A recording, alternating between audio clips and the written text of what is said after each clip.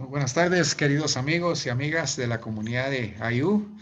Es un gran gusto para mí, como representante de Atlantic International University, estar esta tarde con ustedes y con nuestro expositor.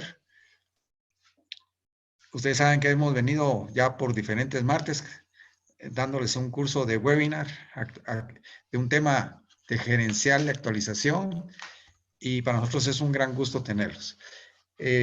Para los que no me han tenido el gusto de ver, o los que me han tenido el gusto de ver en los otros martes, me han visto con barba, ahora me la quité, me la quité este sábado recién pasado, ¿verdad? Entonces, ya después de 42 años, algo así, de usar barba, me quité la barba. Y bueno, hay que reinventarse, digo,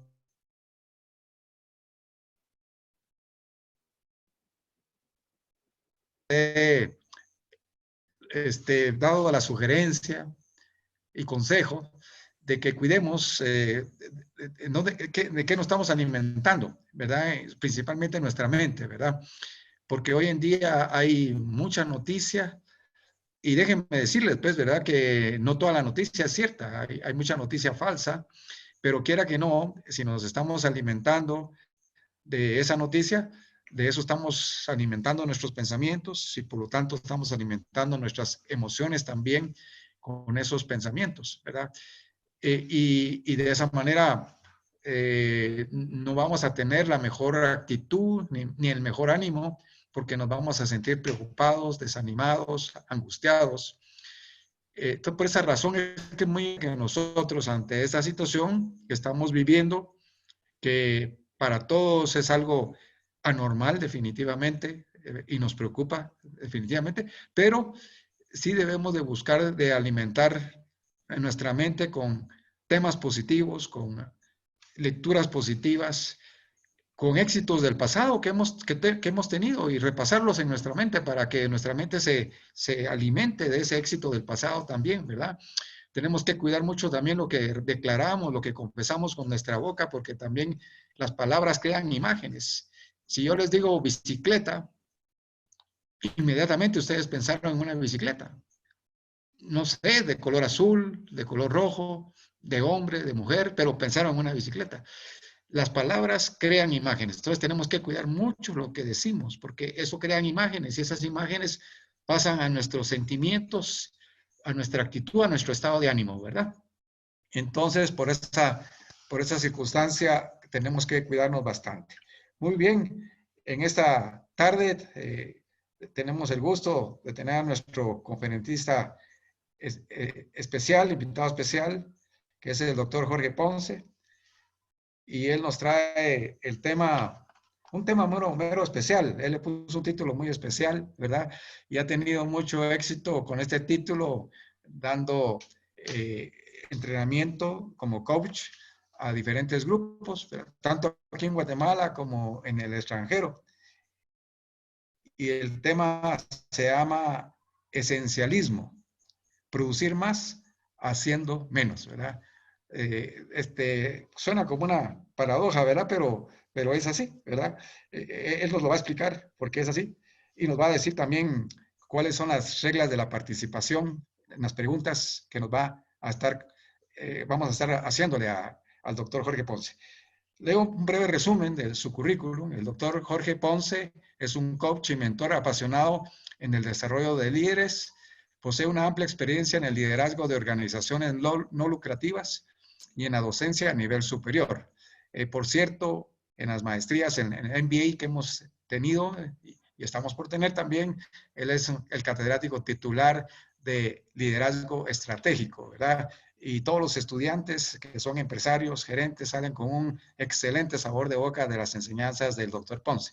Es graduado de la Universidad de San Pablo de Guatemala, el Seminario Teológico Centroamericano y el Seminario Teológico de Dallas, donde obtuvo su doctorado. Actualmente es el director ejecutivo de Visión para Vivir Centroamérica. Así que si estuviéramos aquí presentes físicamente, le diríamos, recibámoslos con un fuerte aplauso, pero yo sé que lo estamos haciendo virtual. Pongan todo el ánimo, todo el empeño, toda la concentración en lo que nos va a compartir el doctor Ponce. Muchas gracias. Por favor, Doctor Jorge Ponce, toma el micrófono.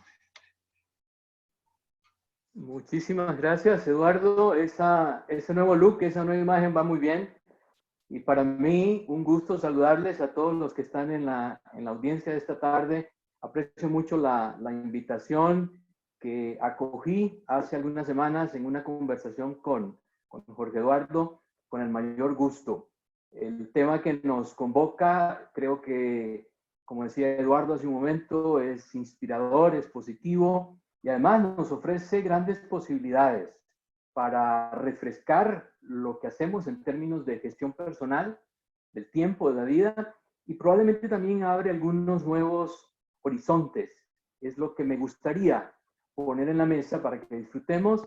Voy a presentar el tema en dos segmentos y en el primero haremos dúo con Jorge Eduardo para responder las preguntas que ustedes van a enviarnos por el chat.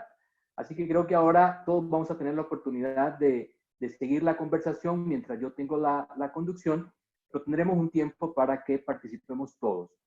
Retomaremos el tema en una segunda sección y al final de la misma haremos de nuevo otro segmento de preguntas y respuestas, pero sí, la única regla del juego es que se vale participar.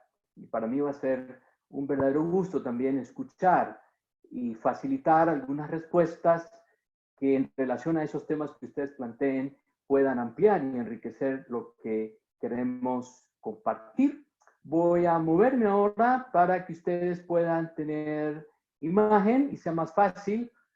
Aquí está el tema planteado, esencialismo, producir más haciendo menos. Y sí, hay una paradoja ahí que vamos a resolver precisamente alrededor de qué estamos queriendo decir con ser esenciales, medulares, encontrar el asunto fundamental de las cosas y desde ahí producir más haciendo menos. Bueno, ¿hacia dónde vamos en esta hora y minutos en que vamos a estar juntos? Me gustaría que podamos avanzar hacia estos resultados en esta conversación. Primero, diferenciar entre la mentalidad de una persona esencialista y la que no lo es. Tenemos que poner cosas fundamentales y esa es una, para que el tema tenga sentido.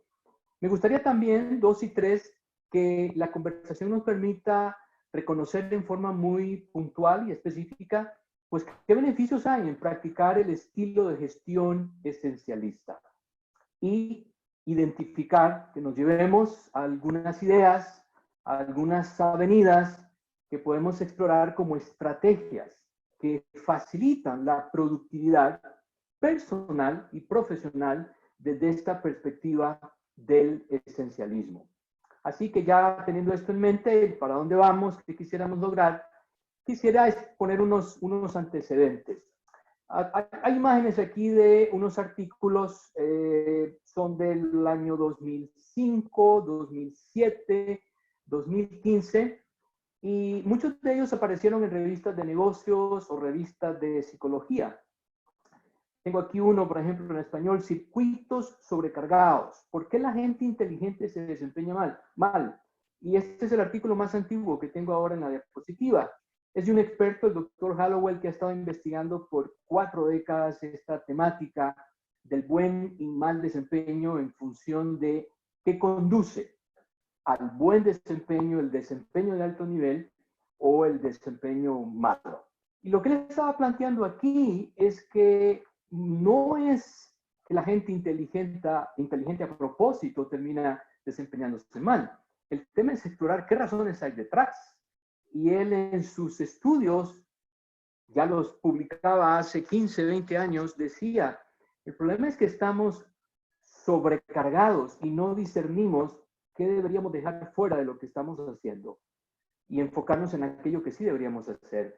O por ejemplo el artículo de Schwartz, gestione su energía, no su tiempo, que vino a crear un cambio de paradigma en todo lo que veníamos haciendo en cuestión de productividad. Y estoy hablando de una temática que exploraba ya hace 10, 15 años. O este más reciente, gestionando el lugar de trabajo de alta intensidad. No de alto desempeño, sino de alta intensidad. Y los expositores, los autores de este artículo, en realidad lo que hacen es presentar a consideración de todos un estudio en el que habían estado trabajando por años, y ellos lo que hacen aquí es una crítica basada en hallazgos, en resultados, de esos lugares de trabajo que se conocen como siempre disponible o siempre accesible. Y lo que ellos dicen es que esa cultura de trabajo lo que hace es alimentar las conductas disfuncionales. Así que desde hace rato, diríamos 20 o más años, ya se venía criticando, se venía analizando esta realidad de a dónde nos lleva, a dónde conduce el no saber discernir cómo sobrecargar la agenda, o, usando una metáfora, qué tanto le metemos a la mochila, más allá de la capacidad que la mochila tiene. Ahora, esto también comenzó a provocar una respuesta. Y aquí estoy compartiendo imágenes en el campo de la literatura, por ejemplo, la de negocios, particularmente el campo de liderazgo organizacional. El libro que está en el centro, Elogio de la lentitud, un movimiento mundial desafía el culto a la velocidad. Este libro se publicó a principios de los años 2000. Más recientemente, Solo una cosa, de Gary Keller, por ejemplo, que habla de enfocarnos en lo único. ¿Y en qué consiste la estrategia de encontrar qué es lo único que cada uno de nosotros debería identificar de tal manera que pueda poner todas sus fuerzas, energías y enfoque para ser más productivo una vez que hemos identificado solo una cosa? Y Esencialismo, que también es un libro que de su publicación en inglés y luego en español y varios otros idiomas más, se ha vuelto un libro de los mejores vendidos y está convirtiéndose en una lectura requerida en muchos cursos que tratan toda la temática de desarrollo personal, desarrollo organizacional, autogestión, autoorganización. Logra el máximo de resultados con el mínimo esfuerzo. Fue la propuesta de Greg McKeown. Este es el segundo libro que él escribió. Antes fue coautor con un libro que a lo mejor ustedes también ya han leído, conocen o han escuchado su mención, Multiplicadores, liderazgo multiplicador, el efecto multiplicador, escrito con Liz Wiseman. Ahora, todo esto es parte de una corriente mucho más amplia. Y quería mencionar de pasadita, porque solo estamos haciendo trasfondo para traer el tema a la mesa. El movimiento de ciudades lentas promueve la desaceleración de la vida urbana. Y esto empezó en Europa, en algunas pequeñas ciudades de Italia, a principios poquito antes de los años 2000, pero en este momento, 20 años después, ciudades lentas como movimiento está presente en ciudades de todo el mundo. El resto de Europa, pero también la encontramos en Australia o tan distante como Nueva Zelanda, Sudáfrica, Turquía, China, que está tan en los titulares ahora mismo, Canadá, Estados Unidos. Las ciudades lentas es un concepto, un movimiento que de nuevo en esa perspectiva de desacelerar y enfocarnos en lo esencial, en lo fundamental. Por ejemplo, prohíbe los negocios de comida rápida, los horarios de trabajo se han acomodado de manera que la gente tenga espacio para una tertulia, una conversación en la comida del mediodía, o aquellos que quieren hacer una pequeña siestecita. En fin, las ciudades lentas, sin dejar de lado los avances tecnológicos que ayuden a mejorar la calidad de vida, están trabajando en función de crear una cultura que aliente, que anime conductas más saludables, más funcionales, en todos los contextos, no solamente el de trabajo. Y bueno, yo creo que ustedes ahora mismo, con las noticias de lo que está pasando en las últimas, diríamos, 8, 10, 12 semanas, por ejemplo, cuando el mundo entero, por todo este asunto de la pandemia del coronavirus, ha tenido que desacelerar. ¿Cómo es que las ciudades con mayor contaminación están dando ahora unos descensos, bajones, diríamos, en sus niveles de polución? Las ciudades con más ruido, por ejemplo, están ahorita en una etapa totalmente distinta, y ya comienzan a salir los estudios, artículos, la gente que está siempre investigando, informando acerca de el efecto saludable, aún en medio de la pandemia, de estas cosas que producen las ciudades lentas. Así que esencialismo no es algo que aparece en el escritorio de un par de autores que de pronto tienen una idea que suena interesante. En realidad es parte de todo un movimiento que probablemente podríamos decir ya tiene la fuerza de unos 25, 35, 40 años de historia, se viene gestando poco a poco. Y bueno, con esto ya llegamos a este enunciado de Schwartz, Tony Schwartz, en este libro que se titula como la primera frase que aparece aquí, la forma en que estamos trabajando no está funcionando. Así se llama el libro, donde él enuncia este argumento. Esta es la tesis de este libro. La forma en que estamos trabajando, y este ya es un libro que nos ubica en el contexto productivo, el contexto de negocios, no está funcionando en nuestras vidas, ni para la gente a la que lideramos, aquellos a los que servimos como líderes, como coordinadores, como modelos, y dirigimos, pero tampoco para las organizaciones, o sea, el conjunto, el sistema, no funciona para la gente, pero no está funcionando tampoco para el sistema en las que esas personas a las que lideramos trabajan. Somos guiados por la fatal suposición de que la mejor forma de lograr más es trabajar más horas y más continuamente. Y yo creo que si ya estábamos resintiendo las cosas hace 15, 20 años, que estos artículos, esta literatura comenzó a traer como producto de estudios de campo, estudios de poblaciones, etcétera, en diferentes culturas, la sacudida que nos está dando en este momento la pandemia del coronavirus, definitivamente en lo personal creo que le va a dar un empujón enorme a esto que nos viene planteando todo el esencialismo como movimiento, como corriente. Así que, dicho esto, vamos a la primera parte, esencialismo, el nuevo enfoque de la productividad personal. Si no está funcionando ya la manera en que estábamos queriendo hacer las cosas, entonces, ¿cuál es la propuesta?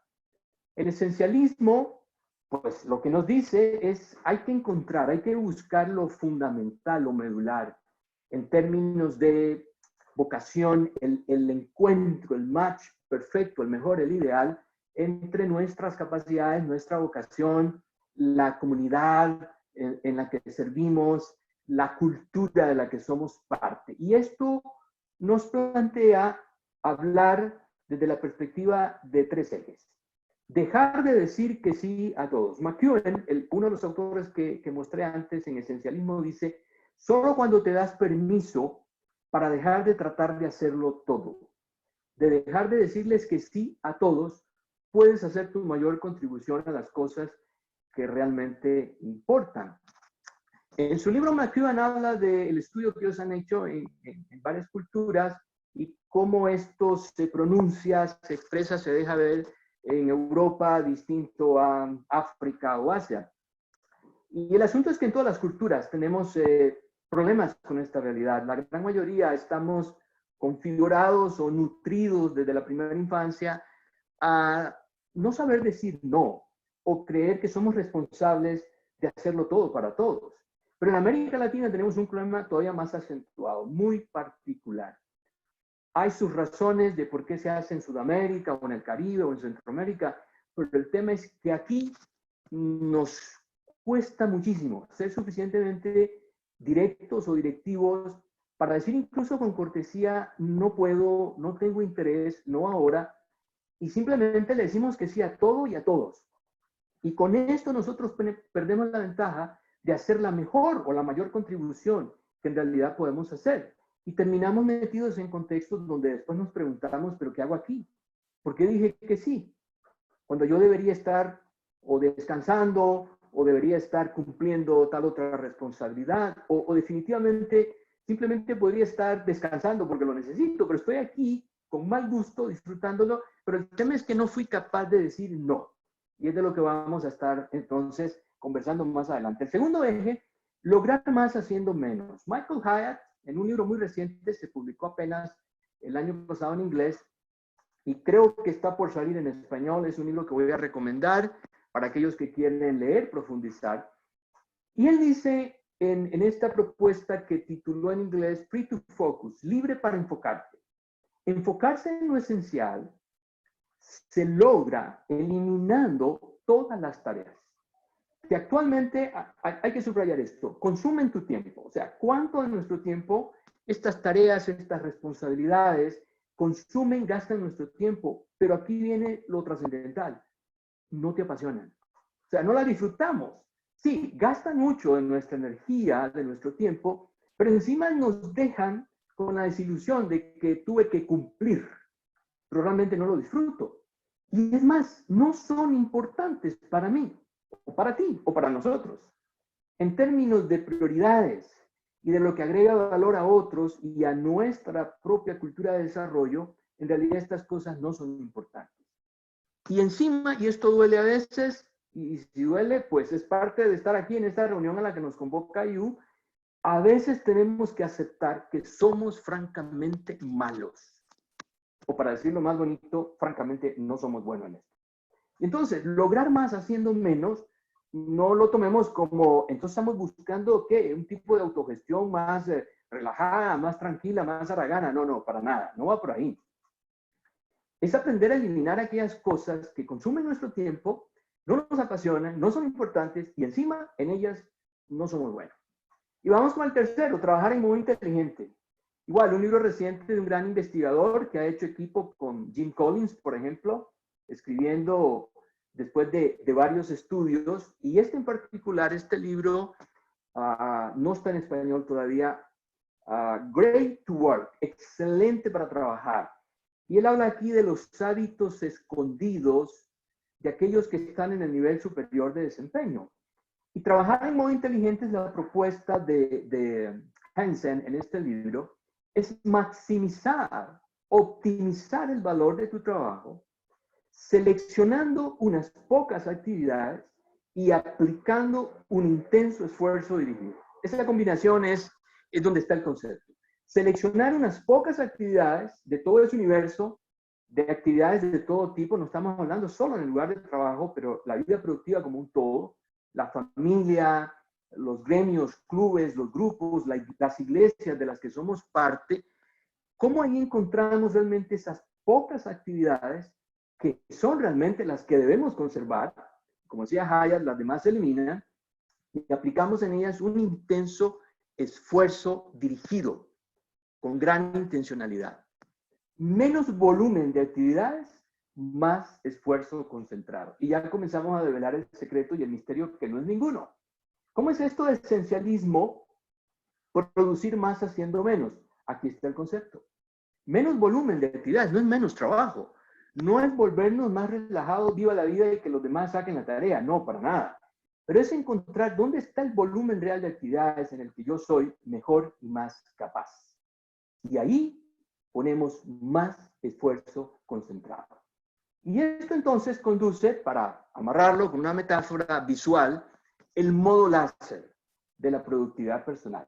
Y quiero poner por un momento un par de imágenes lado a lado y que cada uno de nosotros haga su propia reflexión, su propio clic de lo que hemos venido elaborando en estos minutos recién. A ver, ¿cuál de estas imágenes comunica mejor lo que acabamos de decir? Pero algo más, ¿con cuál de ellas yo diría, si la tomara como un espejo para verme en ella, reflejaría realmente mi manera más habitual, a mi manera, vamos a decir, en la que la mayor parte del tiempo yo me desempeño, me comporto? Aquí está la primera.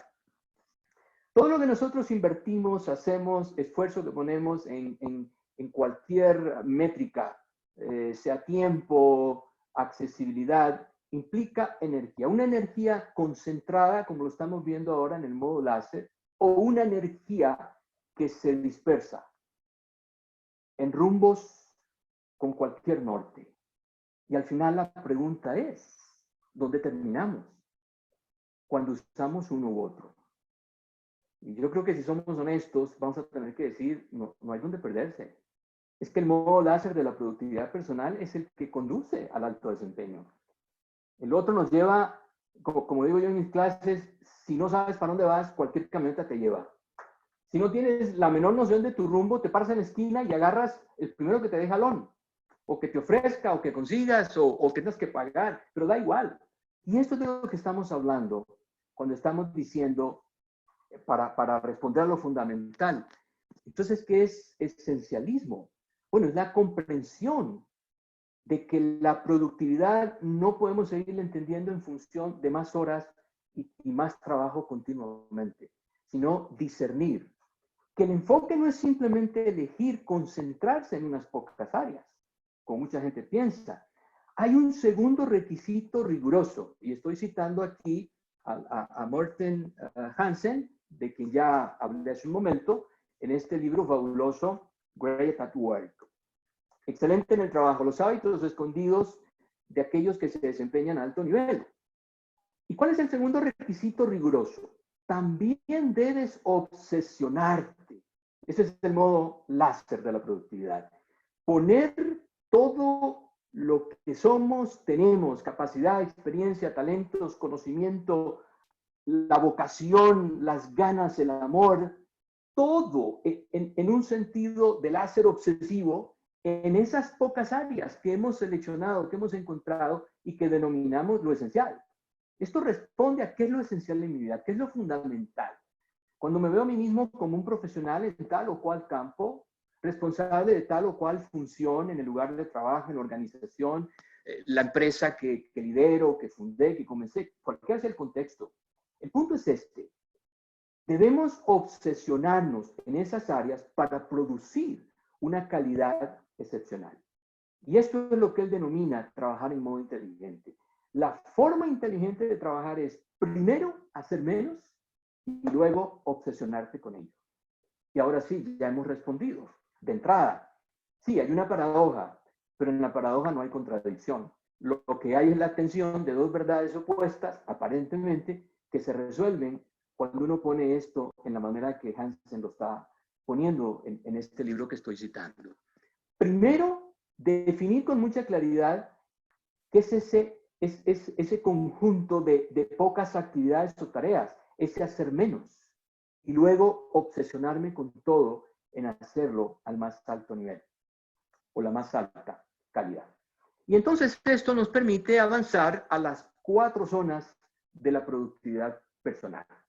Aquí vamos a comenzar ahora a responder la pregunta, bueno, pero si sabemos y podemos enunciar qué es lo esencial en mi vida, en un sentido integral, vamos, de qué manera se configura en ese mapa de lo medular, de lo más importante, el lugar de la familia, por ejemplo, las relaciones interpersonales con amigos o gente en el trabajo, y cómo encaja en ese mundo el trabajo y cuánto tiempo consume de mí el trabajo, pero también el descanso, el tiempo que doy para renovar y refrescar mis capacidades intelectuales, físicas, emocionales.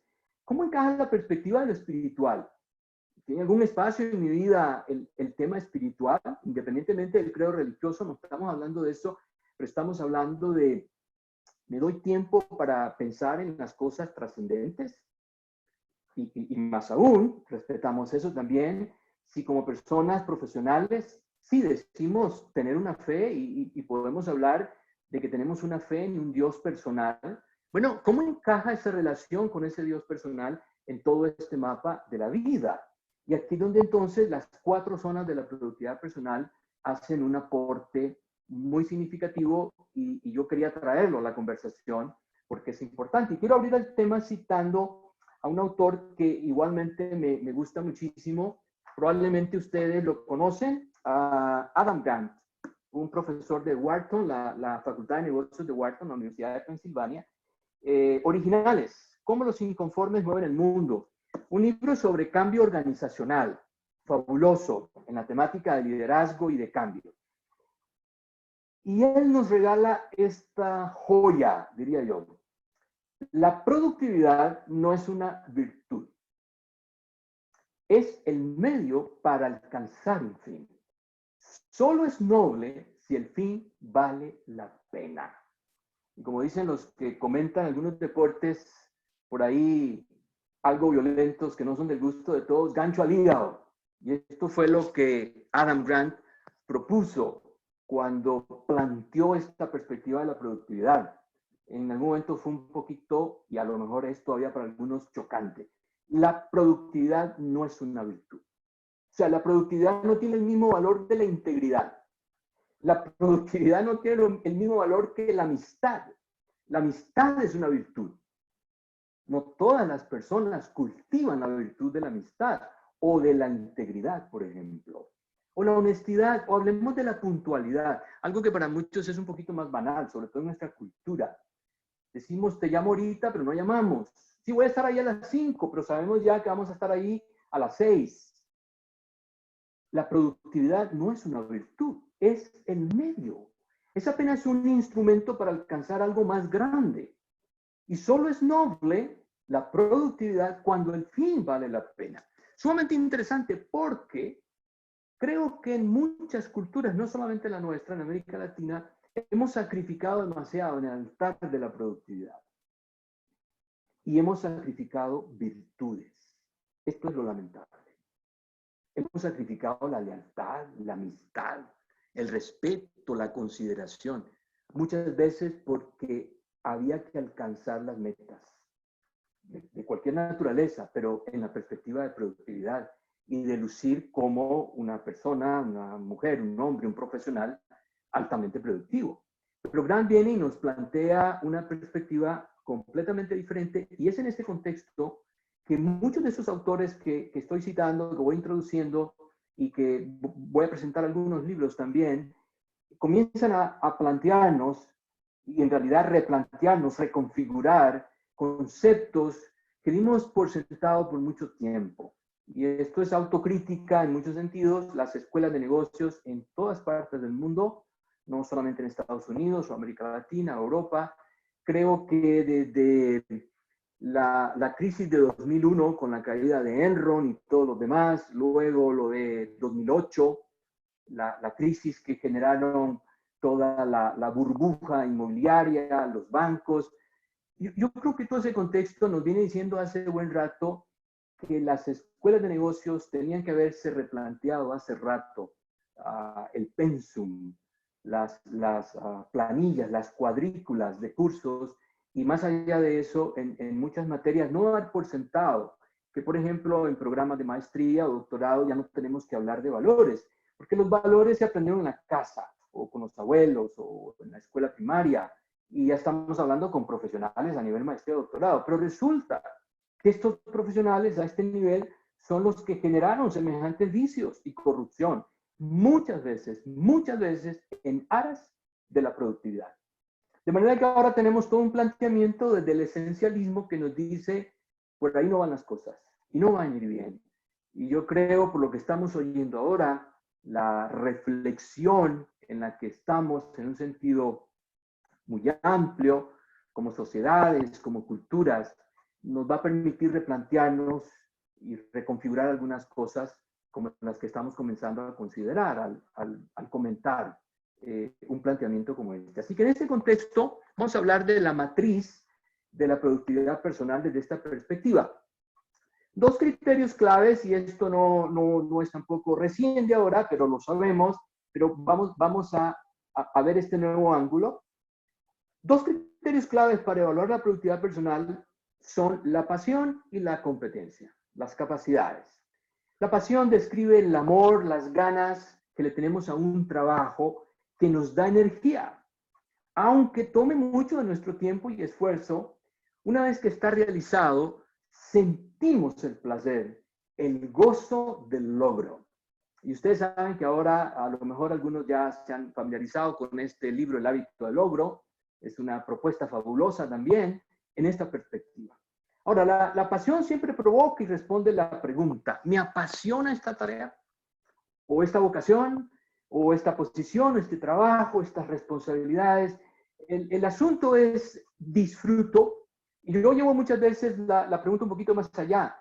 Y digo, si se dan circunstancias, y por cierto, ahora algunos estamos enfrentando estas realidades, pero si se da la circunstancia de que de pronto tengo que hacer mi trabajo porque no hay otra opción sin que me lo paguen, ¿estoy dispuesto a hacerlo? Si la respuesta es sí, con una convicción absoluta, entonces hay pasión de por medio. Difícilmente alguien va a decir, pues yo le doy, yo intento, está bien, ya lo entendí. No me van a pagar ahora, no me van a pagar todo lo que merezco, es más, me van a hacer un ajuste de lo que estaba ganando, lo que usted quiera, pero igual, si no podemos contestar con la convicción, sí, de esto a mí me apasiona, tanto que lo hago de gratis. Me ofrezco, me invitan y si no hay honorarios, igual esto lo hacemos con unas ganas porque hay pasión. Ahora, el otro tema fundamental es competencia, capacidades. O sea, ¿con qué contamos para realmente hacer bien lo que hacemos? Y eso tiene que ver con la pregunta de, no solamente me apasiona esta tarea, esta es la vocación por la que yo vivo y muero, pero soy competente en ella. En realidad tengo la predisposición y he trabajado lo suficiente para partir del talento y a lo largo del tiempo seguir desarrollando más estas capacidades, de manera que no solamente voy sumando horas para llegar a las famosas 10,000 y volverme un experto, lo cual también es una cosita menos rara porque hay quien ha hecho las 10,000 o 20,000 horas y no tiene la experiencia, simplemente está repitiendo lo mismo. Pero otra cosa es realmente sumar horas que multiplican. Y entonces el esfuerzo más la experiencia vale doble. Y esto es de lo que estamos hablando aquí. Entonces, cuando juntamos estos dos ejes, o más bien los ponemos en una función de matriz, bueno, tenemos la pasión en el eje vertical, la competencia en el horizontal. Y entonces, cuando comenzamos a combinar estos dos, surgen estas que se llaman las zonas de la productividad. La zona de pesadez es donde hay muy poca o ninguna competencia o capacidad, pero tampoco hay pasión.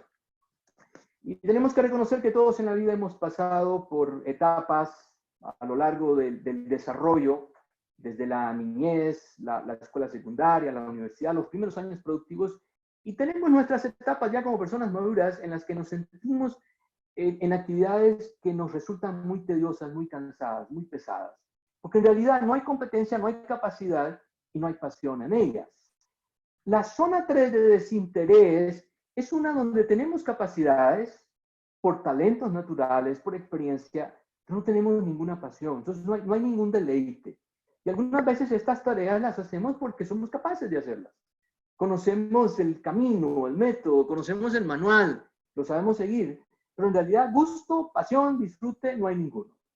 Ahora, la zona de distracción ya las cosas se disfrutan un poquito más porque aquí hay pasión, hay ganas, hay amor. Lo que está ahí lo disfrutamos, pero pocas competencias, pocas capacidades. Si somos honestos, reconocemos que otros lo hacen muchísimo mejor que nosotros. Y finalmente llegamos a la zona 4, la zona ideal. Los expertos en esta perspectiva de esencialismo le están llamando la zona de deseo. Y es el ideal, donde realmente confluyen pasión y capacidades al máximo para poder dar lo mejor, florecer. Entramos en flujo y ustedes saben que estamos hablando de toda esta temática de desarrollo fácil y de desempeño al más alto nivel cuando logramos esta conexión. Ahora, yendo un poquito más despacio, en esta zona de pesadez, la 4, la pasión es 0 o está muy cerca del 0 y las capacidades son mínimas o inexistentes. Yo diría, desde la perspectiva del desarrollo del liderazgo en el contexto de educación de adultos, deberíamos ya pensar que encontrarnos como adultos en esta zona de manera inconsciente o de forma crónica, en realidad debería ser anormal. Es decir, que está bien para gente joven, gente que empieza, gente que comienza a acumular estudios, experiencia, pero no para gente que ya está en etapas de vida laboral y vida productiva de varias décadas. Sería muy anormal y muy raro. La zona de desinterés, la zona 3, aquí tenemos tareas, actividades y también oportunidades nuevas en las que somos competentes, lo sabemos bien, otros lo reconocen, lo ven, pero con mucha honestidad no tenemos amor y pasión al nivel del disfrute. El resultado es que al realizarlas, este tipo de actividades drenan mucho de lo que nosotros somos, nuestra energía, lo que refrescamos en términos de renovación intelectual, espiritual, física, se nos va muy rápido. Porque son tareas, son actividades, son personas, son contextos en los que nos aburrimos y nos cansamos con facilidad. Ahora, la zona de distracción es una zona en que la vida empieza a ser mucho más tolerable. Esta zona se compone ya de asuntos que verdaderamente apasionan, gustan, los disfrutamos, pero nuestro dominio es mínimo o genera resultados que no son del más alto nivel. Vamos a decir resultados buenos, a veces la media del estándar, otra manera de decirlo, mediocres, pero el resultado es que a veces la pasión es tan buena, tan intensa, que enmascara la falta de capacidad. Y a veces lo triste es que solo la enmascara para mí. Los demás sí están bien conscientes en el equipo, en la organización, etcétera, de que no, yo no tengo esas capacidades para ir a más. Y entonces tenemos que aprender a ser honestos también y aceptar y buscar intencionalmente retroalimentación para saber de qué manera es que están jugando en confluencia estos factores. Y aquí estamos en la zona de deseo, donde se cruzan pasión y competencia. Evidentemente estamos diciendo, el resultado aquí es que la productividad fluirá de una manera más fácil y podemos hacer una contribución duradera, no solamente en un contexto, sino en todos aquellos de los que somos parte. El impacto, no solamente en función de lograr metas o ciertas métricas, sino el impacto en la efectividad del lado humano. Por eso hablo aquí de la familia, la comunidad, el negocio, ¿por qué no el mundo entero? O sea, de una manera muy amplia, cuando logramos encontrarnos en nuestro esencial, lo medular, lo central, lo que no puede faltar, y ahí estamos, como decíamos hace unos minutos, con mentalidad láser, obsesionándonos en esas pocas cosas que hemos escogido para poner la mayor pasión y la mayor competencia. Michael Hyatt dice, la verdadera productividad consiste en hacer más de lo que está en tu zona de deseo y menos de lo demás. Y eso nos plantea un reto. ¿Cómo usamos esta matriz para descubrir lo esencial en nuestra vida? Bueno, hay herramientas electrónicas, o hacer algo tan simple como tomar una servilleta y crear los cuadrantes, o crear un formato electrónico. Pero el punto es empezar por un inventario de, a ver, en cada una de estas zonas donde yo reconozco, sí, aquí hay confluencia de pasión y competencia, pero aquí hay más competencia que pasión, etcétera.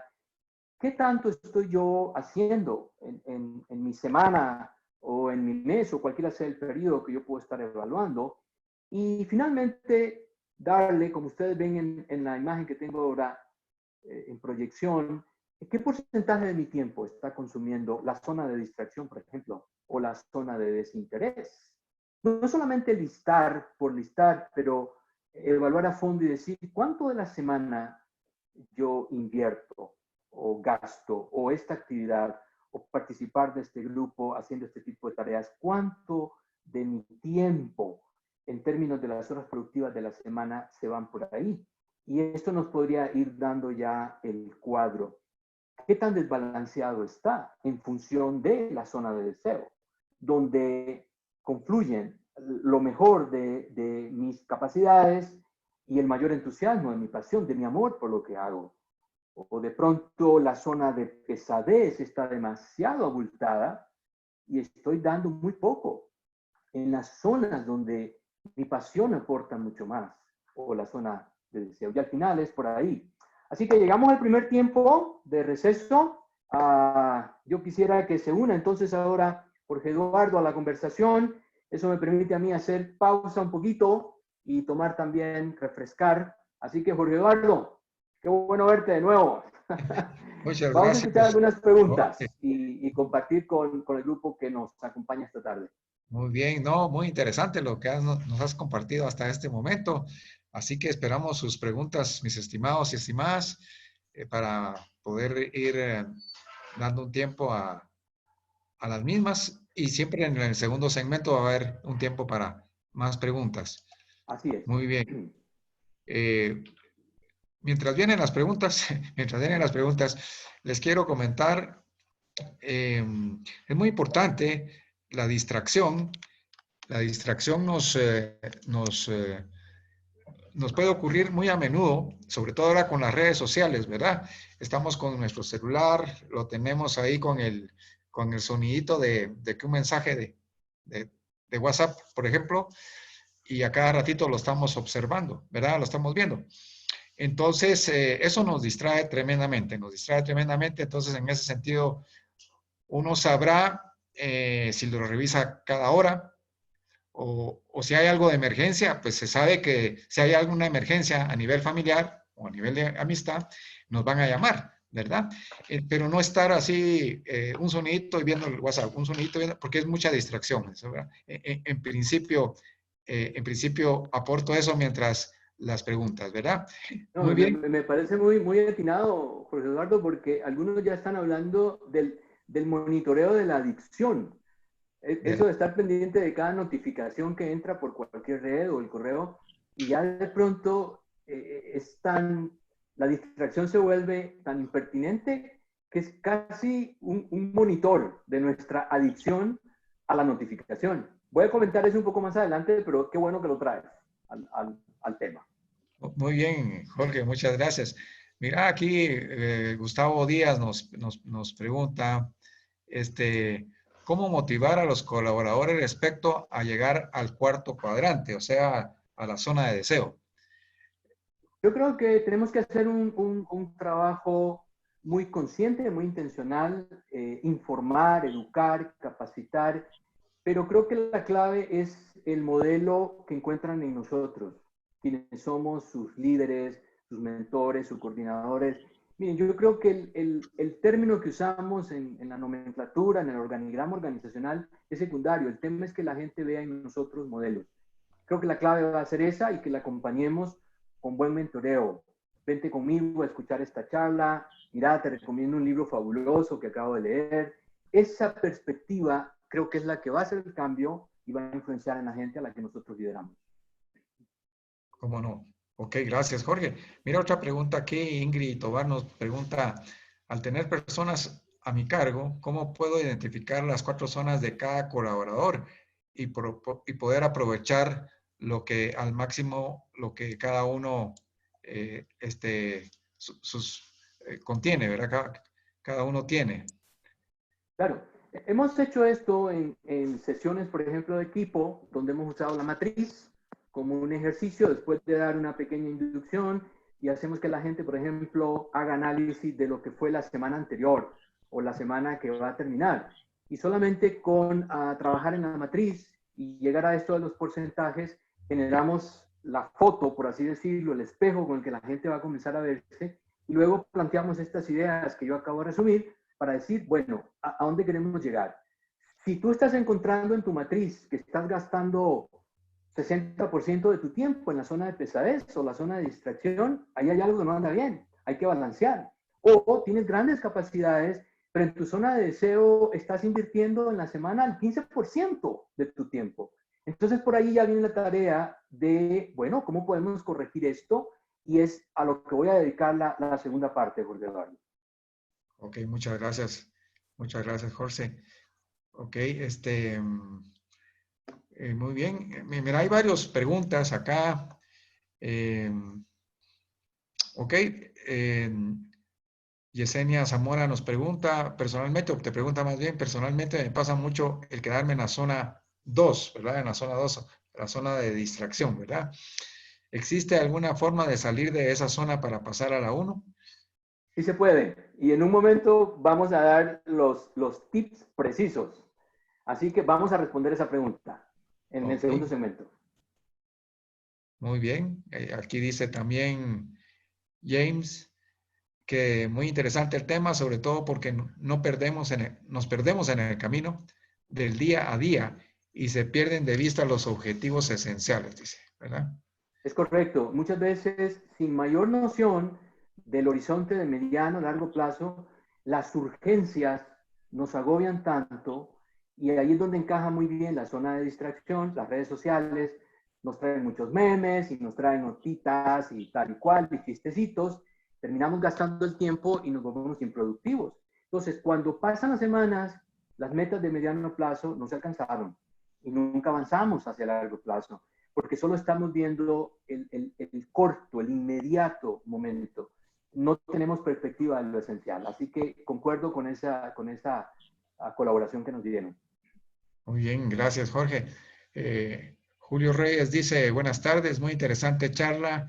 Me gustaría aportar que hay que tener cuidado con el manejo del enfoque y prácticamente monitorear la monotarea, dice, más bien monotarea versus multitarea, porque Ya. puede ser muy fácilmente confundido con la zona de confort, sobre todo en Latinoamérica. Es buen punto y voy a volver a esto cuando vayamos en el segundo segmento a hablar de estrategias, porque ahí hay algo que tenemos que hablar esta tarde al relacionar monotarea con multitarea. Así que gracias por mencionarlo. Ok, Miriam Juárez nos dice de Cospín, nos pregunta cómo podemos motivar a nuestro equipo a través de las conferencias, conociendo que les apasiona nuestra labor de bienes raíces. Ella está en el negocio de bienes raíces.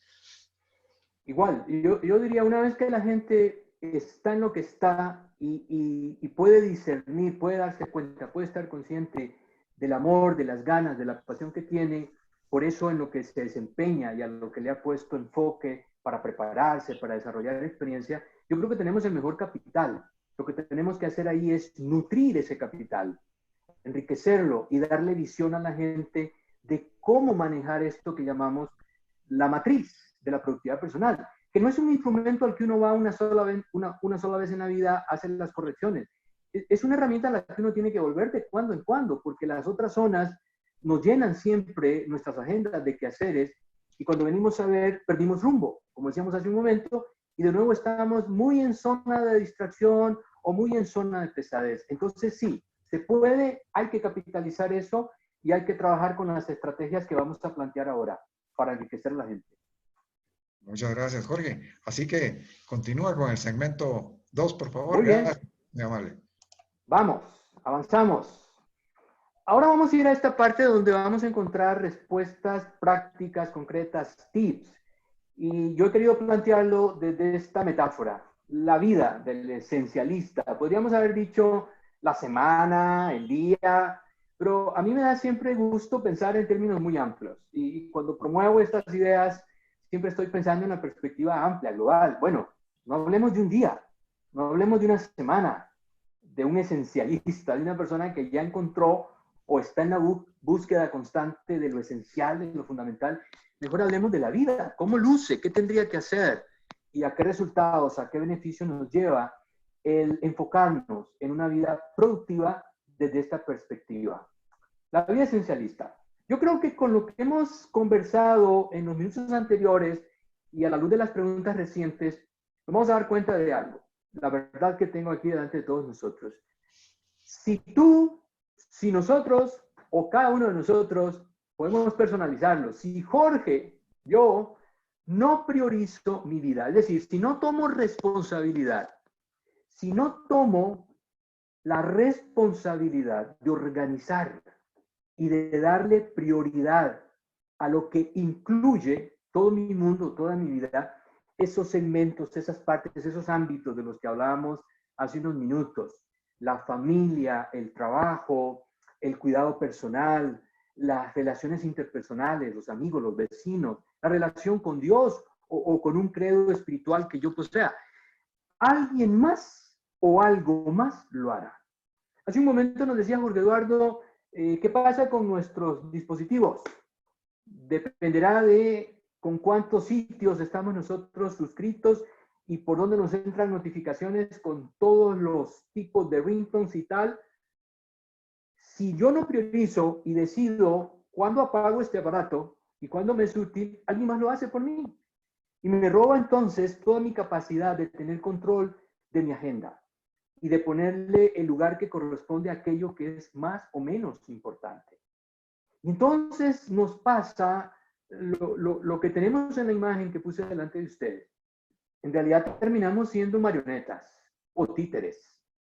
Y de pronto ni siquiera sabemos quién nos maneja, pero alguien más nos está manejando o algo más.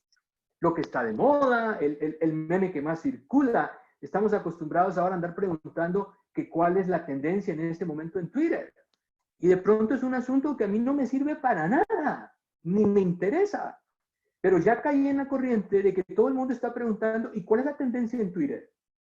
Bueno, pero si suma, si le agrega valor a mi vida, a mis prioridades, entonces hace sentido que yo pregunte, que yo investigue, ¿y cuál es la tendencia en Twitter? Pero si no, no me sirve para nada, excepto como una distracción. Y me volví marioneta o títere de la tendencia. Estoy dando nada más eso como un ejemplo. Puede ser cualquier otra razón, otro asunto.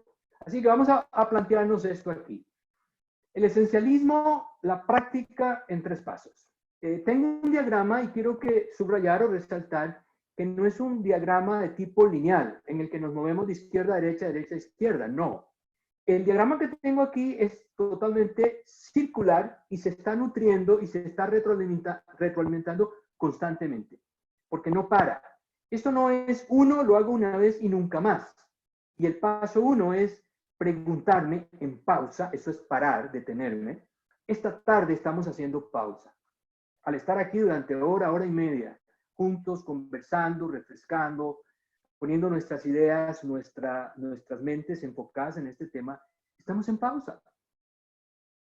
Dentro de toda nuestra agenda y quehaceres, hicimos un tiempo, lo apartamos y lo dedicamos a traer, Jorge Eduardo lo decía al principio, ideas, principios, citas, autores que enriquecen, que refrescan, que animan. ¿Cómo podemos distinguir los pocos vitales entre los muchos triviales que llenan nuestra vida?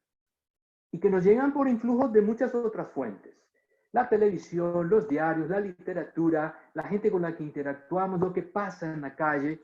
Todo esto al final se llena nuestro mundo de muchos triviales, es decir, asuntos que si los ponemos en la balanza en realidad no pesan. Pero ¿cómo podemos distinguir eso para irlo limpiando, separando, dejarlo a un lado, de manera que podamos encontrar esos pocos vitales?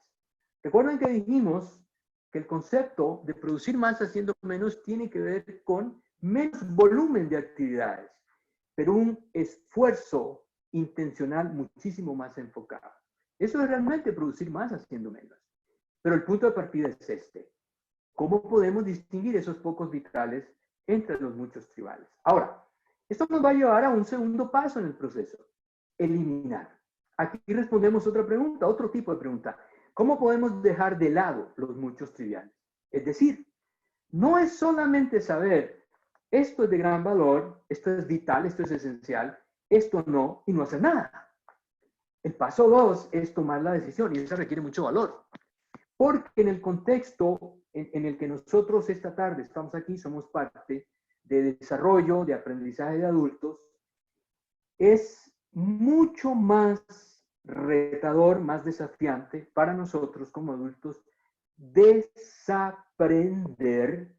Esto es desandar, es ir en marcha hacia atrás de procesos que a lo mejor se han acentuado en nosotros ya por décadas. Algo que aprendimos en la primaria o lo retuvimos en la escuela secundaria o en nuestros primeros años de universidad, nuestras primeras experiencias de trabajo hace 30, 35 años. Esas cosas se vuelven patrones, conductas que cuesta desarraigar y tenemos que ser honestos y eso me incluye a mí como adulto. Entonces, cuando hablamos de parar y darnos cuenta, esto es vital, hay que conservarlo, esto en realidad no lo es y mi vida está llena de muchos triviales, el siguiente paso es eliminarlos.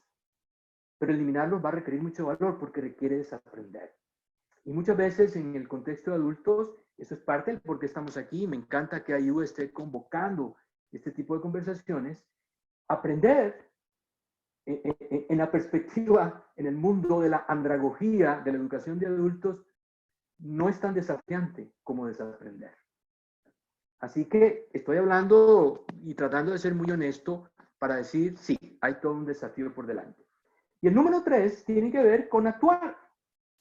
¿Cómo hacemos los pocos vitales casi sin esfuerzo?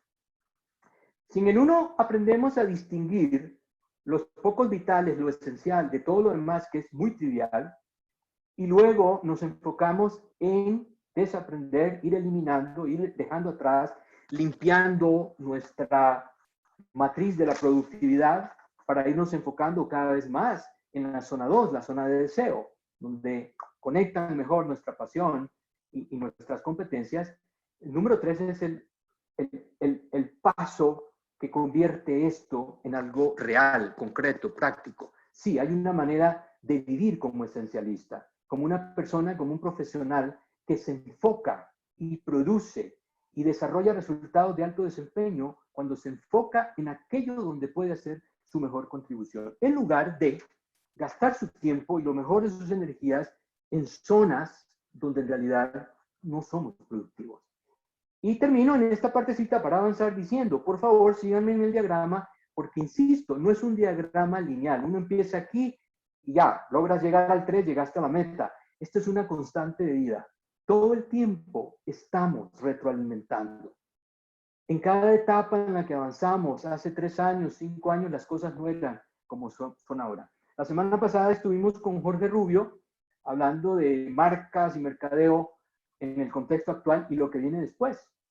Y al final de la conversación, con las preguntas, con lo que Jorge Rubio nos dijo, creo que estábamos todos claros, y varios de nosotros estábamos aquí la semana anterior, de que lo que viene será un mundo completamente distinto. Así que, queridos amigos, amigas, preparémonos. Que cuesta desaprender porque ya somos adultos, ya las mañas se pegaron demasiado, pero igual hay que desaprender para seguir adelante, porque la vida sigue y hay que seguirla con entusiasmo, con ganas, no cabizbajos, como que ya no aguantamos, sino al contrario, con lo mejor de nuestro esfuerzo.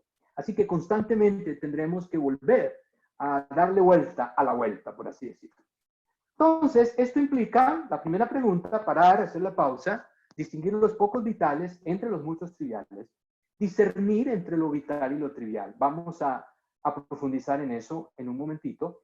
Y al parar, lo que hacemos es explorar lo que está funcionando y lo que no. Recuerdan que comencé la charla citando a Tony Schwartz, que nos dijo en un libro que publicó ya hace 10 años, o un poquito más, la forma en que estamos trabajando no está funcionando. Hablando del contexto productivo, el contexto de negocios, el contexto profesional. La forma en que estamos trabajando no está funcionando. Y vean lo que nos está pasando ahora. Cuando la pandemia nos metió en esta situación de aislamiento, de confinamiento y con esto teletrabajo, trabajo a distancia, trabajo desde casa. No tenemos todavía las estadísticas más precisas, ya vendrán, ya están los investigadores levantando estadísticas, estudios. Lo que sí comenzamos a percibir es que un alto porcentaje de las organizaciones y la gente en el contexto productivo no estábamos preparados. Así de simple. En el camino y a tropezones y a marcha forzada hemos ido reacomodando, reaprendiendo y qué bueno, porque se aceleró la historia, nos están diciendo los especialistas en este momento.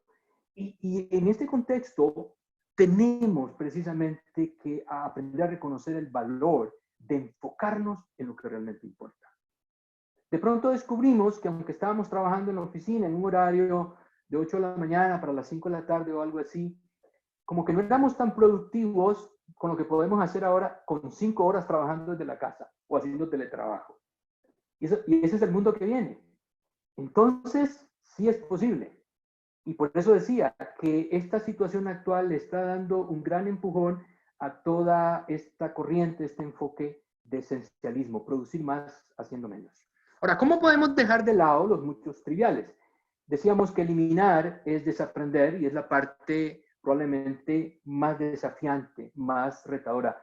Y aquí es donde yo quería hacer el aporte de este segundo segmento que va a responder varias de las preguntas que estábamos oyendo en el receso, donde paramos un momentito para escuchar algunas preguntas que nos guiaran a lo que vamos a conectar en esta segunda parte. Así que quiero hablar de 5 estrategias en los próximos minutos que facilitan eliminar o desaprender en este contexto en el que estamos planteando esta conversación. Aquí están las 5. Rediseñar el modo de usar las redes sociales. Benditas redes sociales, sí, pero también tendríamos que ser honestos para decir malditas redes sociales. Porque igual que tienen un lado sumamente positivo y que bueno, también nos han traído un nivel de distracción y yo diría de distorsión con el que hay que tener mucho cuidado y de eso voy a hablar en un momento. Incluir, número 2, el no positivo en tu repertorio de respuestas. Recuerdan que el segundo eje que mencioné cuando comenzamos la conversación tiene que ver con dejar de decir que sí a todos y a todos. O sea, no puedes ser esencialista en tu manera de desarrollarte como un profesional y dar lo mejor de tus capacidades si no incluyes el no positivo en tu repertorio de respuestas. Y miren, ya la salida de que es que esa es mi cultura, así es la familia donde yo crecí, el profesor que más me impactó en la universidad era alguien que le decía que sí a todo y a todos. Excusas, excusas, excusas, muchos triviales. Hay que desaprender, hay que salir de ahí, eso no puede seguir igual. Número 3, aplicar la regla del 90% al tomar decisiones. 4, trabajar a fondo y descartar la multitarea. Aquí tuvimos una pregunta y vamos a llegar ahora a este tema. Y número 5, proteger tus mejores activos. Así que voy con la primera. La proliferación de canales de comunicación es simplemente impresionante. Desde el correo electrónico y luego, para citar los más famosos, Twitter, WhatsApp, Facebook, LinkedIn, Instagram, muchos más, la lista es enorme. Esto requiere adoptar una postura muy intencional. Salir de las redes sociales, como lo están haciendo algunos, no estoy diciendo que hay que hacerlo, pero algunos lo están haciendo, lo están sugiriendo, o lo que está diciendo otro buen grupo de expertos en esta perspectiva de esencialismo, no usar más de 4. No más de 4, eso quiere decir que uno podría trabajar bien con 2 o 3, pero ya, cuestión de gusto. Esto implica ajustar el uso de la tecnología para encontrar el modo láser al que hice referencia y que es una propuesta de estos dos autores, Knapp y Zeratsky, en un libro que publicaron en 2018. Quería presentar la imagen, Make Time. ¿Cómo enfocarte en lo que importa cada día? Este libro es fabuloso y espero que lo tengamos bien pronto en español para hacerlo más accesible. Pero está en inglés y los que leen inglés lo recomiendo. Ahora, ¿quiénes son Knapp y Zeratsky? Pues estos dos tíos son los que diseñaron para Google, ya no están ahí ahora, pero trabajaron para Google, y son los creadores del Gmail y Hangouts, que estamos usando como plataforma de comunicación en estos días, y muchas otras de las herramientas que están asociadas con Google. Estos dos hombres, Jake Knapp y John Zeratsky, son los que trabajaron. Y déjenme decirles que este libro comienza con una anécdota. Una anécdota que se origina con una pregunta. Papi, ¿por qué estás mirando tu teléfono? Y esta ilustración que ustedes tienen en pantalla es como abre el libro, The Make Time.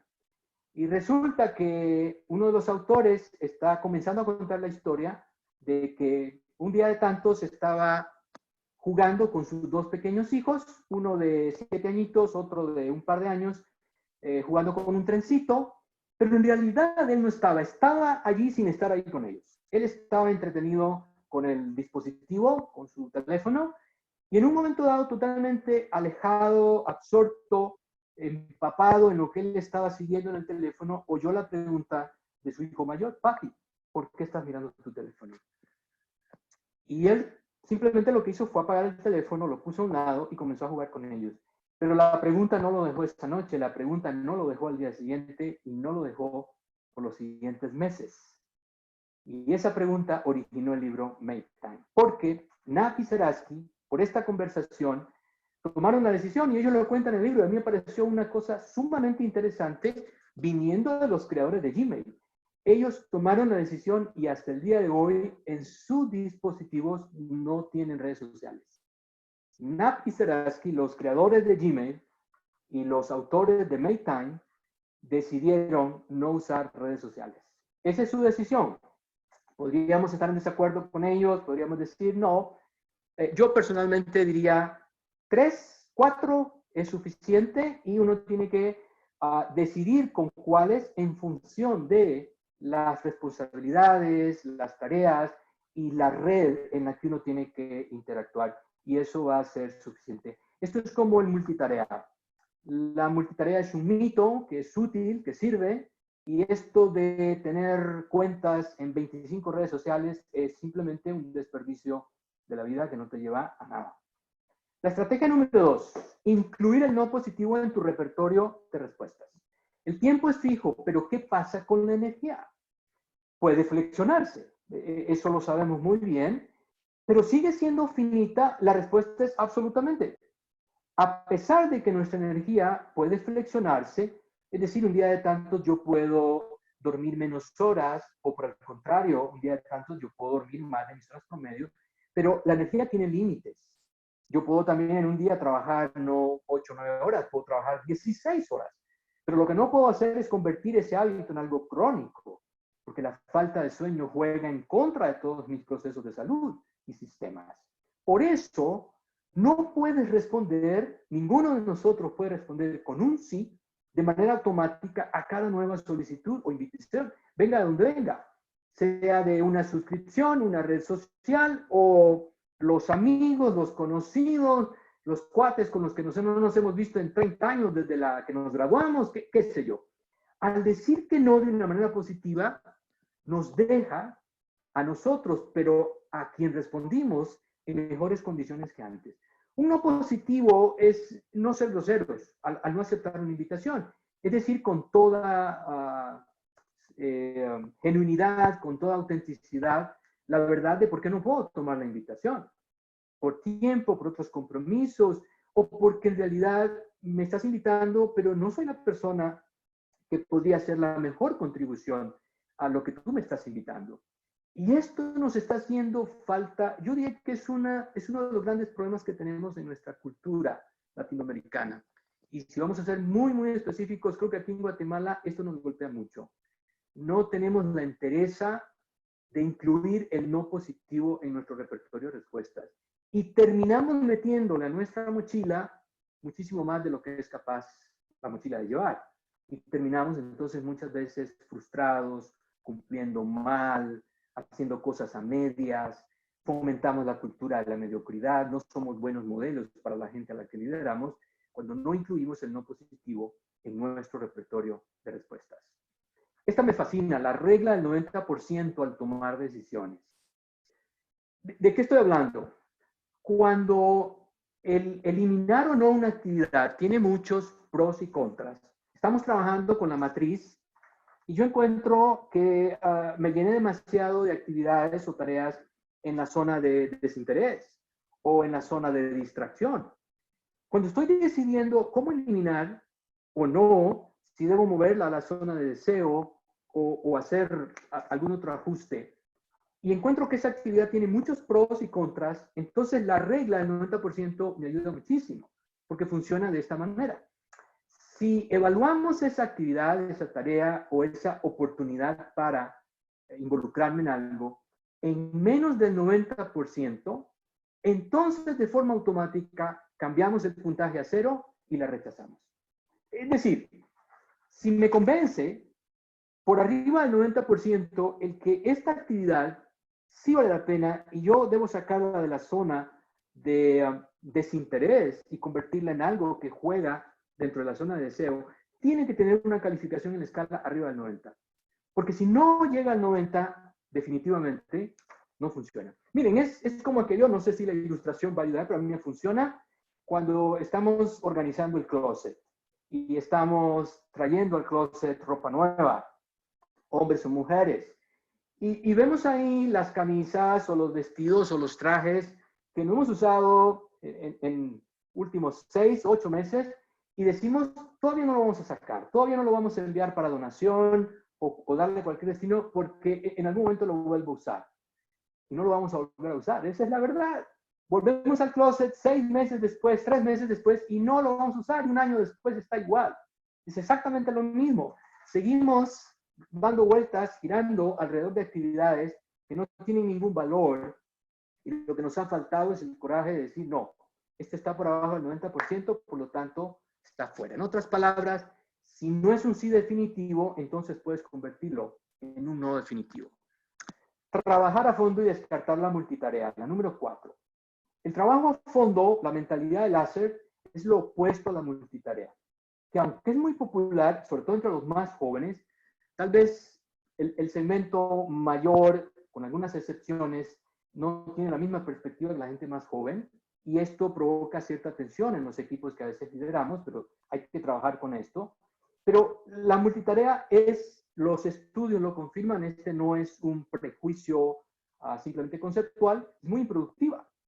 La verdad es que, y estoy citando aquí a este famosísimo Tony Schwartz, que es un experto en el campo, a diferencia de las computadoras, estamos programados, configurados cerebralmente para realizar tareas secuencialmente. O sea, nos enfocamos en una, la terminamos y podemos pasar a otra. Y luego que hemos terminado esta otra, podemos ocuparnos de una tercera y después vendrá una cuarta. Nuestros cerebros no son capaces de concentrarse en dos o más tareas cognitivas separadas al mismo tiempo. Se han hecho cualquier cantidad de estudios, hay muchísima literatura, artículos, libros que están simplemente poniendo evidencia clarísima. Y lamentablemente todavía muchos insisten en el sector joven, sobre todo en que esto de la multitarea es como la mejor etiqueta. Algunos la han hecho parte hasta allá de las entrevistas de trabajo. No caigamos en esa trampa. Si yo tengo gente postulante para una posición y tengo un candidato muy bueno con otro muy bueno, y este me dice, a mí me encanta la multitarea y soy muy efectivo y tal y cual, y pareciera que eso nos convence y terminamos contratando a este. Eso no, por favor, no funciona, no lo recomiendo, no va por ahí, la evidencia nos dice todo lo contrario.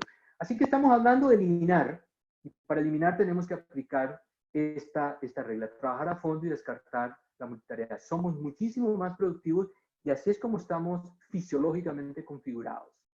Y la número 5, proteger tus mejores activos. Cuando no cuidas tu cuerpo, tu cerebro no puede hacer su trabajo. Estoy citando de nuevo el libro de Navi Seratsky, Make Time. El mejor activo que tenemos para hacer una contribución al mundo es nosotros mismos. Si no invertimos lo suficiente en nosotros mismos, nuestras mentes, cuerpos y espíritus, dañamos la herramienta misma que necesitamos para hacer nuestra mayor contribución. Y aquí estoy citando a Greg McKeown en este libro, Esencialismo, que es uno de los que también recomiendo altamente para aquellos que quieren profundizar, que quieren leer. Y este pues ya lo tenemos en español, se consigue aquí, tanto en formato impreso como en formato electrónico. Y también estuve citando antes a Hyatt, Free to Focus, probablemente en un par de meses creo que va a estar en español, libre para enfocarte. Este es otro de los expertos en este momento en el campo, en toda esta propuesta de esencialismo. Así que está, las 5 estrategias: rediseñar el modo de usar las redes sociales para que nos llevemos después de esta conversación algo para pensar, para aplicar. Podemos compartirlo, discutirlo en casa, con colegas, con los demás. Esta es una propuesta, es una conversación donde yo doy algún aporte, no estoy diciendo esto es la palabra definitiva, pero ahí está, para que ustedes nos sigan conversando. Incluir el no positivo en tu repertorio de respuestas. La regla del 90%, que a mí en lo particular, esto lo comparto como experiencia muy personal, es uno de mis sine qua non, es cómo funciona. Trabajar a fondo y descartar la multitarea. Y número 5, proteger tus mejores activos. Y bueno, esto nos lleva a la última. ¿Cómo podemos hacer los pocos vitales casi sin esfuerzo?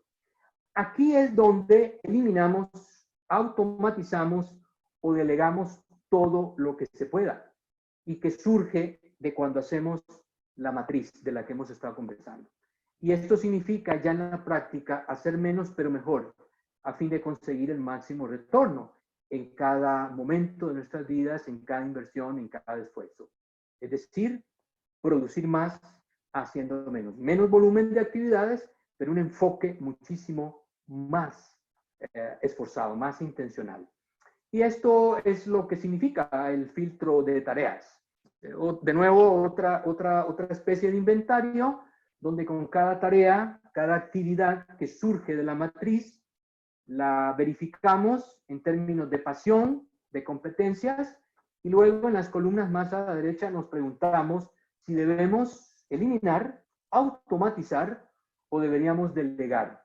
Y eso es saber responder a este tipo de las 3 preguntas que tengo aquí. Eliminar es, ¿me ayuda esta tarea a avanzar hacia donde quiero ir o no? Y no solo tarea, esta responsabilidad, esta reunión, cualquiera sea el concepto de algo por hacer o para hacer, la pregunta es, ¿esto me ayudará a avanzar hacia donde quiero ir? De nuevo, ¿qué tenemos como visión de mediano y largo plazo para lo que hacemos hoy o esta semana? Dos, ¿se puede automatizar esta tarea? En lugar de estar gastando tiempo cada vez que respondo un correo electrónico, puedo crear unas plantillas y ya con las plantillas, lo que antes me tomaba 5 minutos se vuelve de 1 minuto, por ejemplo, o agendas de negocios, reuniones de trabajo con formatos, con minutas, etcétera, etcétera. Hay tantísima herramienta hoy que nosotros podemos aplicar para automatizar nuestros procesos. Creo que esto es parte de la experiencia que estamos ganando ahora. Estamos haciendo teletrabajo y estamos encontrando que hay que hacer cosas completamente en una manera distinta de como lo veníamos haciendo. Y delegar es la pregunta de siempre. ¿Podemos delegar esta tarea? ¿Hay alguien que lo puede hacer mejor que yo en el equipo? ¿Hay alguien que tiene el tiempo, el talento? ¿A alguien a quien la organización ya le está pagando para que haga esta tarea en lugar de que la haga yo?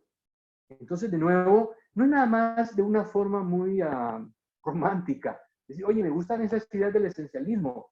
No, no, es convertirlo en herramientas, pasos concretos, procesos que nos ayudan a realmente filtrar.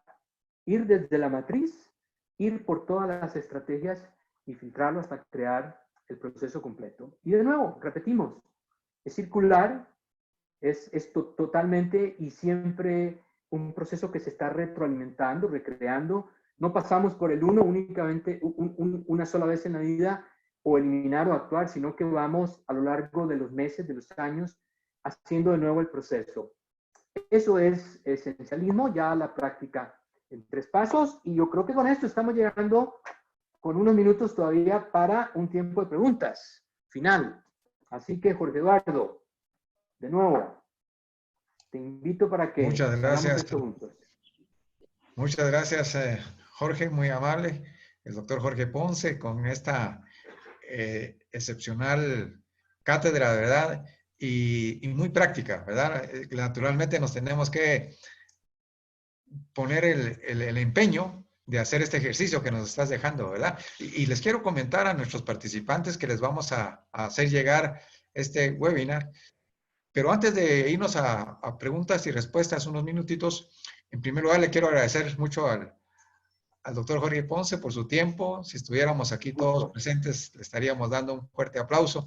Y nos gustaría mucho que ustedes nos llenen la evaluación que está ahí, lo van a encontrar la evaluación ahí junto con el webinar. Y luego también nos coloquen algunos temas de interés que quieran para el futuro, ¿verdad? Y al final les voy a dar un anuncio para un seminario que vamos a tener pasado mañana, el próximo jueves. Muy bien. Muy bien. Aquí Verónica Cardona nos dice, buena tarde, ¿en qué zona de productividad debemos de mantenernos? Y si tiene algunos tips de cómo mantenerse en ella, pues yo creo que ya lo abordaste, ¿verdad? Que es la zona del deseo, ¿verdad?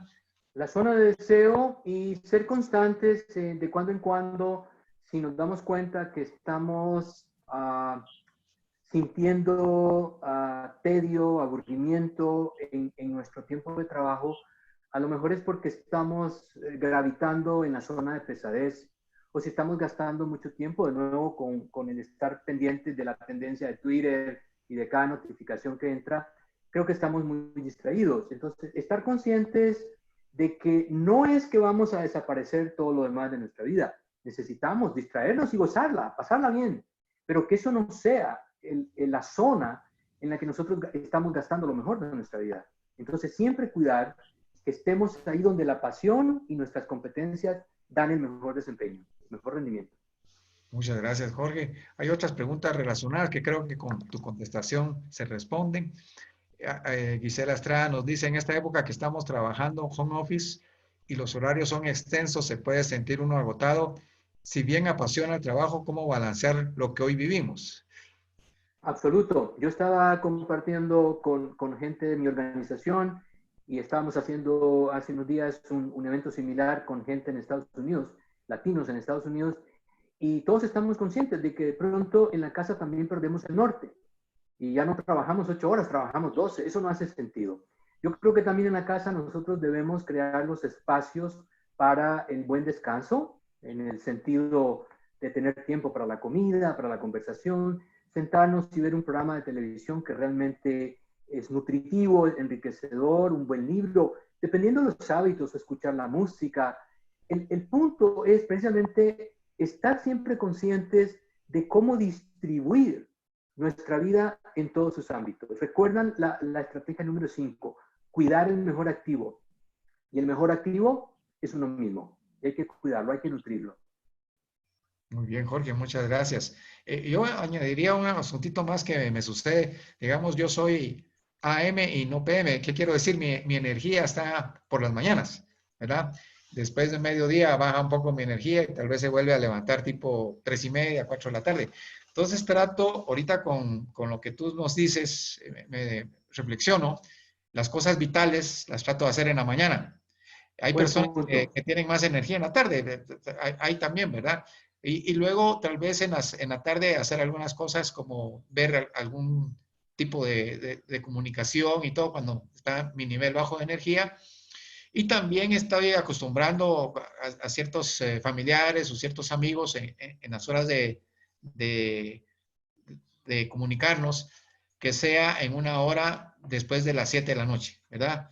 Para que no hayan esas interrupciones. Claro, naturalmente, cuando son urgencias las tenemos que atender, ¿verdad? Ya. Aquí Otto Marroquín nos dice, buenas tardes, podría hacer una metodología inicial, hacer una lista de tareas actuales y de ahí sacar las tareas primordiales. Correcto, es lo que yo hago en mis talleres. Cuando tenemos el tiempo para ir más allá de la parte teórica, en los talleres lo que hacemos es comenzar por elaborar el mapa de la semana, los horarios, esto que Eduardo acaba de aportar. Soy una persona más productiva por la tarde o por la mañana, y entonces vamos acomodando simplemente lo que hemos hecho en un día de lo más normal, una semana normal, y luego convertimos eso en la matriz. Vamos acomodando en cada zona lo que corresponde para encontrar los porcentajes. Y luego viene la etapa de hacer los cambios. En los cambios usamos el filtro de tareas, cuando decidimos qué eliminar, qué automatizar o qué delegar, y qué es aquello que se va a quedar ya en mi responsabilidad, mi agenda. Por ahí vamos, eso es. Ok, muchas gracias. Sí, hay varias preguntas relacionadas, pero creo que con las respuestas tuyas, Jorge, se han ido respondiendo y vamos a pasar acá tal vez a una persona. Carla Ramos nos dice, gracias por el curso. ¿Qué pasa cuando mi trabajo me gusta, me apasiona? Pero ¿quién es mi líder? ¿Pero quién es mi líder? No, por varios factores. ¿Cómo hacer para que él se enfoque y conozca este tema? Ya.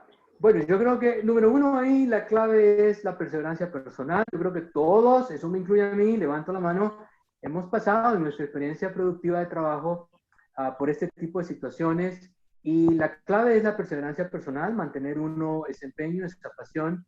Dos, cualquier oportunidad, por pequeña que se abra, estimular.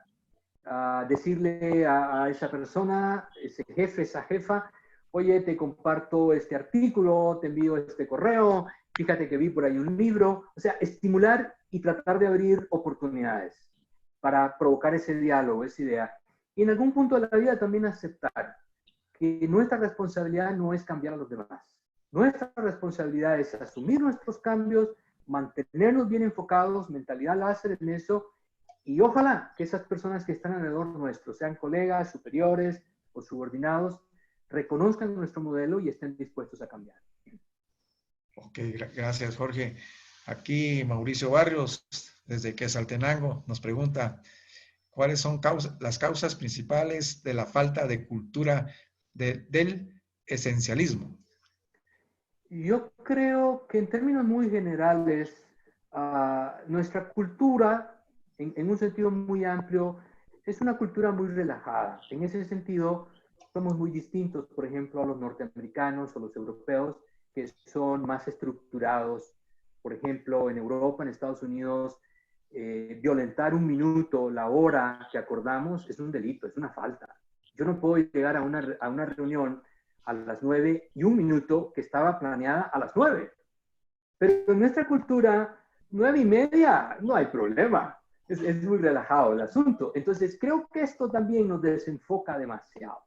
De ahí que de pronto es desafiante pensar en el esencialismo, encontrar que no podemos lograr mucho si seguimos tratando de dispararle o de pegarle a muchos blancos, que hay que tratar de encontrar ese blanco preciso, ese asunto esencial, lo mejor en lo que nosotros podemos hacer la mayor contribución. Y creo que ahí tenemos que trabajar mucho para convertirnos en una cultura de alto desempeño. Muy bien, muchas gracias, Jorge. Aquí también otro tocayo tuyo, Jorge López, dice, el cuidar de sí mismo es la mejor inversión en la vida. Excelente perspectiva del verdadero activo a cuidar y mantenerme, dice, ¿verdad? Absoluto, Pues, muy de acuerdo. muy bien. Eh, Daniel Paz nos dice, el cambio de actitud es uno de los aspectos muy importantes para poder pasar de un nivel a otro. Muy buen Sí, webinar, dice. Gracias. hay que tener las ganas y la actitud. Ese es buen punto. Una vez que uno toma una decisión, la actitud va a contribuir mucho a que nos mantengamos en ese deseo de ser más productivos desde la mejor zona, donde conectan mejor nuestra pasión y nuestras capacidades o competencias. Aquí dice un participante, me encantan las relaciones interpersonales, particularmente soy vendedor, pero luego de varios años de experiencia en el área que hago para reenamorarme de mi pasión, ¿cómo salir de lo monótono? Es que me imagino que muy como el vendedor le gusta la relación social, ¿verdad? Claro. Interpersonal. Y hoy... Y hay que cultivarla, eso hay que cuidarlo siempre, claro. Lo que deberíamos cuidar es que la relación en sí misma no se vuelva el fin, sino parte de la cultura que nos permite ser muy productivos como vendedores. Si no, entonces terminamos ahogando solamente en la relación la intención de que ella nos conduzca a hacer o a contribuir a nuestro desempeño. Muy bien, Jorge, muchas gracias, muy, muy amable. Yo creo que hay más preguntas, pero creo que con las respuestas indicadas, solo quisiera tal vez mencionar una frase de Peter Drucker. Se me viene a la mente ahorita, Peter Drucker es el gurú de la administración, un hombre egresado de Harvard y profesor de Harvard. Ha fallecido años atrás, pero él decía, el propósito de la vida no es comer, pero hay que comer para vivir. Y luego decía, el propósito de un negocio no es tener utilidades, pero hay que tener utilidades para que el negocio siga en marcha. Entonces, la reflexión acá, ¿cuál es el propósito de mi negocio? ¿Verdad? Claro, es tener utilidades.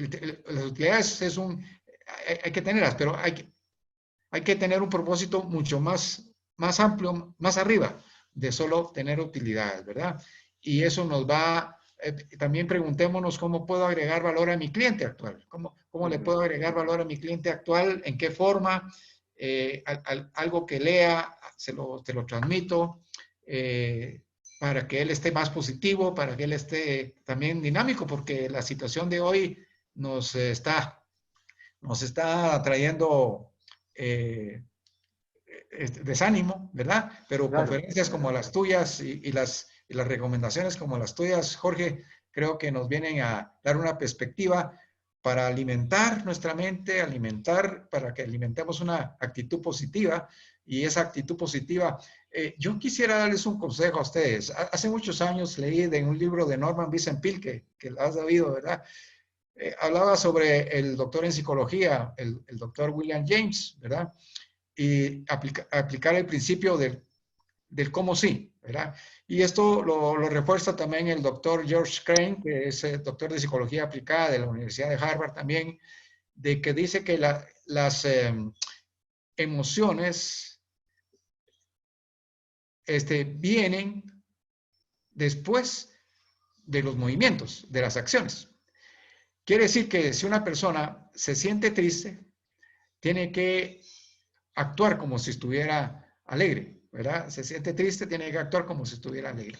Se siente desanimada, tiene que actuar con ánimo hacia las cosas. Y en la medida que sus acciones van haciendo estos movimientos, luego vienen las emociones, se va a sentir bien, se va a sentir mejor, se va a sentir con ánimo. Entonces, pero es muy importante lo que ponemos acá, lo que alimentamos en nuestra mente, ¿verdad? Absoluto. Lo que hacemos y que crea trascendencia va a generar en nosotros ese sentido de bienestar, de realización. No quedarnos esperando que podría ser en un momento dado una tendencia en este momento de crisis de solamente ver el entorno y pensar con añoranza lo que perdimos hace unas semanas o con mucho pesimismo lo que puede venir, la incertidumbre, pero actuar y actuar con esta actitud de buscar lo mejor que yo puedo aportar, esto va a traer por sí mismo el tipo de bienestar que genera la acción. Así que muy de acuerdo con lo que acabas de compartir, Sí. José Eduardo. Así que mis amigos, mis amigas, quiero darles un anuncio final ahorita, pero por favor, usted es un activo muy valioso para su vida, es un activo muy valioso para su familia, para la institución y organización para la que trabaja. Es un activo muy valioso. Así que cuide su alma, cuerpo y espíritu. Les quiero dar el siguiente anuncio. Hace 15 días manifestaron ustedes que entre los temas querían saber un tema de inversiones. Entonces, este jueves, pasado mañana, ahí les vamos a enviar la invitación. El título del tema es cómo invertir en tiempos de crisis, mitos y oportunidades. Expositor, el ingeniero Herbert Smith Brolo, es consultor y broker de inversiones. Los momentos de crisis son precisamente los momentos en los que surgen las grandes oportunidades. En este webinar explicaremos las oportunidades históricas de inversión que han surgido a lo largo de la crisis y cómo podemos aprovechar este momento para invertir de manera exitosa al aplicar las estrategias utilizadas por algunos de los grandes inversionistas de todos los tiempos. Entonces, esta es la invitación que tenemos para este jueves y les va a llegar la invitación al webinar. Jorge, de nuevo, muchas gracias, muchas bendiciones y bendiciones a cada uno de ustedes, amigos y amigas que nos escuchan. Ahí nos vemos. Gracias.